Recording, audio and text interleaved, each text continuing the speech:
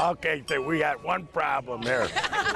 More cowbell! More cowbell! After a nearly 40 years absence, the U.S. Alpine Championships are back in Sun Valley, and fans with their cowbells made it out to cheer on the country's best skiers.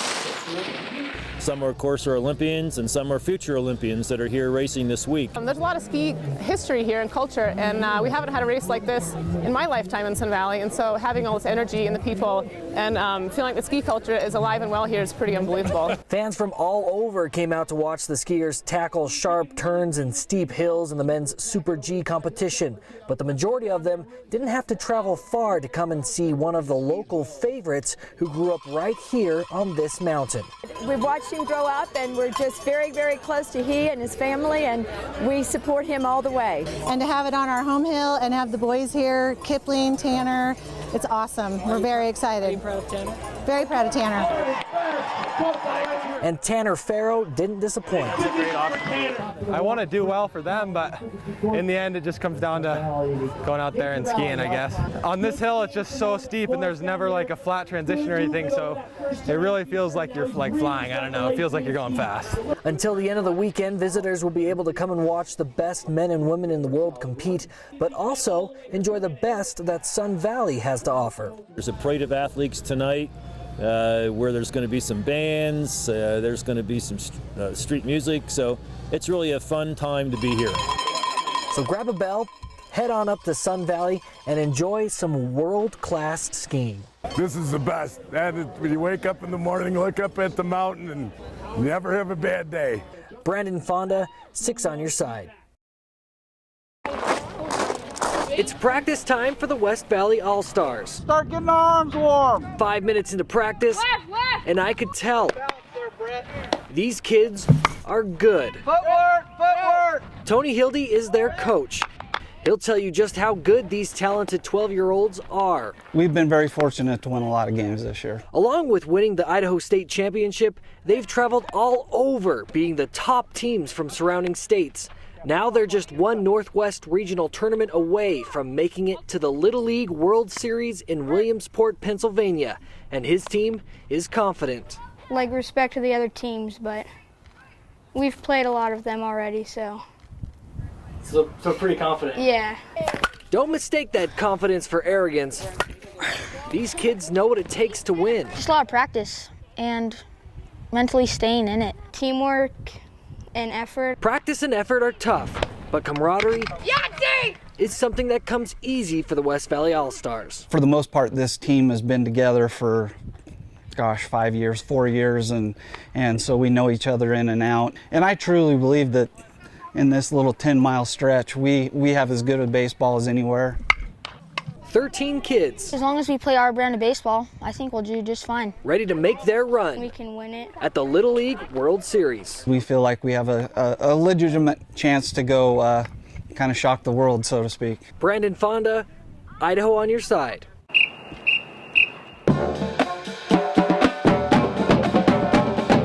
This is the Boise State Blue Thunder Marching Band. 170 members made up of tubas and trumpets to saxophones and snare drums. Where we finish rehearsal today is basically where it's going to be on Friday. Fifth-year band director Joe Tornello is getting them ready for Friday's big game. Traditionally, we haven't had home games this early, so it puts a little more pressure on us to come into camp prepared. For the students to memorize 8 to 10 minutes worth of music, 50 different spots to go on the field. They play loud, so living up to their name is easy. The hard part is sounding and looking good while marching. It's kind of like one big machine where every single piece is important just as the others. You want your body just to like hover above the ground while your feet move. Because even if one person doesn't play the music quite right, it doesn't sound quite right. And if the drill's not quite right, it doesn't look quite right. So everyone has to do their part. And the band practices and practices to get that machine running smoothly. The total amount of man hours from just rehearsal for this first performance is over 10,000 hours for everybody in the ensemble. But exhausting hours of marching under the sun is well worth it for these musicians. I love everything about being in the marching band. Get to rile up the crowd, especially at tailgating. That is so much fun when you get to high-five people. The bigger the crowd is, we run out and we hear them yelling, "Go Broncos," and all that sort of thing. It's just so much fun. On game day, when they run onto the blue, they'll for sure hear those cheers from an expected full house at Albertson Stadium. It's honestly the greatest feeling in the world. 100% energy. You have so much adrenaline rushing through your body. But it's not just applause they play for. Their job is to pump up the ones who are on the field before and after the band's halftime routine. We're here for the fans, but we're also here for the football team, and we are helping them as much as we can to be able to win these big games. Well, this weekend, over 50 rally car drivers from all across the country are racing in Idaho City. But before the green flag waves, the Idaho Rally International gave reporter Brandon Fonda a sneak peek at the race course, and he's live in the newsroom to tell us about that ride. Steve, Jillian, I think I'm still a little queasy from yesterday's ride. They strapped me into a car and took me on a fun but terrifying ride through the mountain roads of Idaho City. In the small town of Idaho City, things are usually quiet and peaceful. But around this time each year, the 500 people that populate this town wake up with the sound of revved up engines and tires spitting up dirt. And we've been doing it now for 6 years. But before races begin this weekend for the Idaho Rally International, driver Dan Rockroar gave me a preview of some of the course. A helmet and safety harness that seemed similar to getting strapped into a space shuttle helped slightly with my fear of dying, but Dan assured me he'd only rolled his car once. Off we went. Rob Blout, the race's chairman, explained what was about to happen in simple terms. High speed and dirt. He was right. The natural hazards that are there, they have to negotiate, and just the thrill of an uneven road. It's not planned by any means. Flying through the first corner had me clenching just about everything to keep lunch down. It's a blast. Dan has a different take on it. Just incredible to be able to slide through some corner at 60, 70 miles an hour on a dirt road, and it's a pretty amazing feeling. By turn 4 or 5, I had trusted that we weren't going to fly off the mountain, and my sentiments changed. While today's preview only lasted a few minutes, Dan and other drivers will be drifting around corners for around 100 miles spanned over 2 days. He's hoping to get a win for Idaho as one of only 3 Idaho drivers in the race. Now, if you'd like to check out that rally, the races start in Idaho City tomorrow and go through Sunday. We'll have a link to their website at 6onyourside.com. Live in the newsroom, Brandon Fonda. Good morning, Idaho. Makes me feel really empowered. I've learned to push myself more so than I ever have in my entire life. Stand up for myself. This is why Cosmo Zimic goes to work every day. But the owner of this dojo had quite the journey to get here. From fighting in underground fight clubs in India to training law enforcement and military personnel in multiple countries, he mastered the art of combat. But he says fighting led him on a path to God.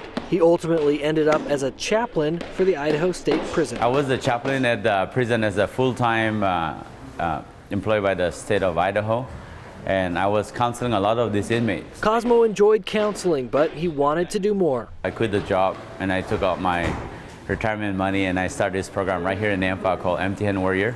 So we mentor kids, troubled kids, or any kids that really needs help. He gave it all to help kids like Juan Ramirez. Right now, I'd probably be in prison. When Juan was just 10 years old, he and his brother were already in a gang here in Nampa. 10 years old, I was already tagging stuff and stealing bikes. Luck brought them to Cosmo. I was walking by his first gym we had, way over there in the big alley, and I was walking, and he invited us in. And Cosmo made sure they stayed in the gym and off the streets. And every time we wanted to show up, he would come look for us. He knew our schedule, so we had to be there at 4. And then if he would be mad, we'd have to mop or clean the toilets and all that. So I'm kind of like their dad in a way. And so a lot of this, even some of the gang kids, they feel that I'm stable and they can come to me. From a path that was destined towards prison, Juan now runs an expansion of Cosmo's dojo and teaches kickboxing, helping at-risk youth like he once was. Oh, I'm real grateful. Real grateful. I could have been there, now I'm here. I have my own gym. I have my own gym I'm running with these guys. The whole reason I fight is because of these kids. They give me hope and they give me when they change their life, it's like, wow, that's the reason I'm doing this. Brandon Fonda, Good Morning Idaho. Eyes up front, ready, go.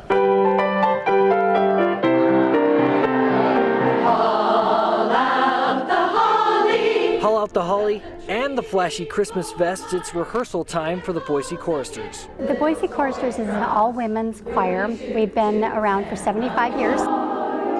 Holly Rodemaker, I'm a soprano, has been with the group for almost 30 years. And I really enjoy the ladies that I sing with. We have a good camaraderie and lots of fun together. A group that loves to sing.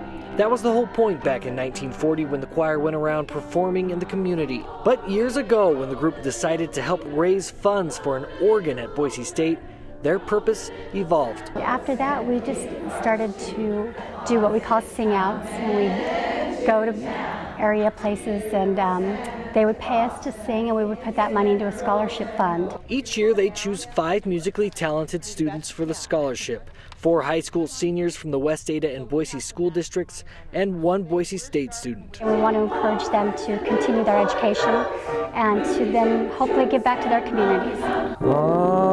I'm dreaming. David Lay was one of last year's recipients. What they're doing really helps out with students and the community. He's now a freshman at Boise State studying music. I'm very grateful. I don't have a lot of money to go to school, and so every scholarship counts. A talented group of ladies, tickling the ivory, melting hearts with their voices, and even whistling better than any songbird ever did, giving their time for kids pursuing music. We do it because we love music, and we try to portray that in our performances. Brandon Fonda, Can we do that? yes, 6 on your side. Sounds like a war zone. This time no one's shooting back, but to be ready for that, team leaders are studying every detail from this tower. Time, accuracy, identification of the target, fire commands between the section. Today, soldiers are practicing moving downrange and coordinating their fire at pop-up targets like these. And it's just working as one Humvee, one Bradley together, identifying targets together based off how armored that vehicle is, whether it's infantry. This is the M2 Bradley fighting vehicle. It takes 3 men to operate this vehicle. Think of it like a step down from a heavy tank. The M2 Bradley's mission, along with the Humvee, is scouting. We're not in the business of getting into a fight with anybody. We're really trying to paint the picture for those armor battalions and the boss and say, hey, this is what you have out here, this is what you can expect. But the M2 Bradley can still pack a punch. The bad guys in their sights will have to deal with these. This is a 25mm training sabot. It's for anti-armor. So that's what we use to kill personnel carriers and things of the like. Sergeant Wood and his crew are being deployed soon. They've been chosen to ship out to California to train at the National Training Center, the Army's top training grounds for tanks.